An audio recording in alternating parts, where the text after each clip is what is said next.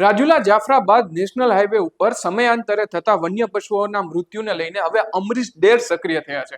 તેમણે કેન્દ્રીય મંત્રી ભૂપેન્દ્ર યાદવને એક પત્ર લખ્યો છે, જેમાં આવી સ્પષ્ટતા કરવામાં આવી છે કે આ નેશનલ હાઈવે ઉપર અંડરપાસ અથવા તો બ્રિજ બનાવવામાં આવે। આ એ જ અમરીશ ડેર છે કે જે પેલા કોંગ્રેસમાં હતા ત્યારે ગરજતા હતા અને ભાજપમાં આવ્યા બાદ હવે તેઓ શાંત થયા છે અને મૂંગા પશુઓની ચિંતા કરી રહ્યા છે। આ વિશે વધુ વાતચીત કરીએ પહેલા લલકાર ન્યૂઝને લાઇક, શેર અને સબસ્ક્રાઇબ અવશ્ય કરજો। નમસ્કાર, લલકાર ન્યૂઝ સાથે હું વિરલ। અમરીશ ડેર આ એ જ ભારતીય જનતા પાર્ટીના નેતા છે કે જે હવે શાંત પડી ચૂક્યા છે અને હવે ચિંતા મૂંગા પશુઓની કરી રહ્યા છે। પોતાના વિસ્તારમાંથી હવે સિંહનો મુદ્દો ઉઠાવીને રાજકીય રીતે સક્રિય રહેવા માટેના પ્રયાસો કરી રહ્યા છે।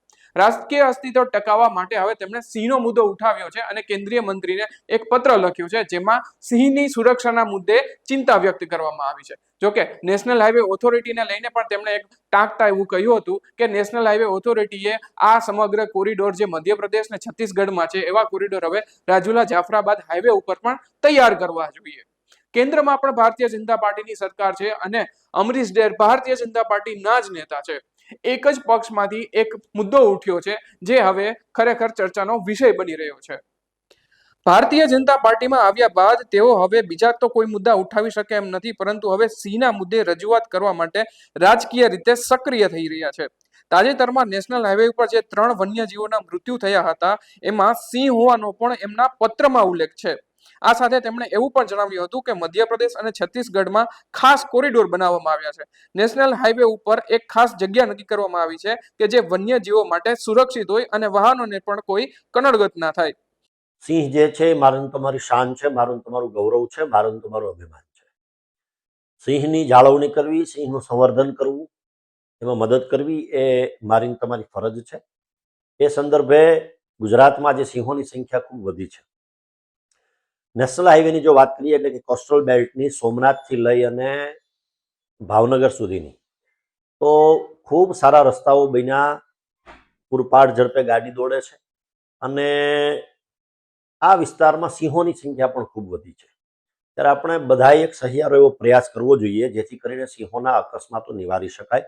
એ સંદર્ભે રાજ્ય સરકારની સાથે સાથે કેન્દ્ર સરકારમાં માનનીય વન અને પર્યાવરણ મંત્રીશ્રીને પત્ર લખ્યો છે કે જે રીતે અન્ય રાજ્યોમાં વાઘને બચાવવા માટે નેશનલ હાઈવે ઉપર અંડરપાસ કરવામાં આવ્યા છે, અંડરબ્રિજ કરવામાં આવ્યા છે, મહારાષ્ટ્ર છે, છત્તીસગઢ છે, મધ્યપ્રદેશ છે, એ રીતે ગુજરાતમાં પણ આ નેશનલ હાઈવે જે કોરિડોર છે એમાં અંડરપાસ કરવામાં આવે જેથી કરીને સિંહોને અડચણ ન પડે, સિંહોને સારી રીતે બચાવી શકાય અને મારું તમારું જે ગૌરવ જે છે એને વધુ ગૌરવ અપાવી શકાય।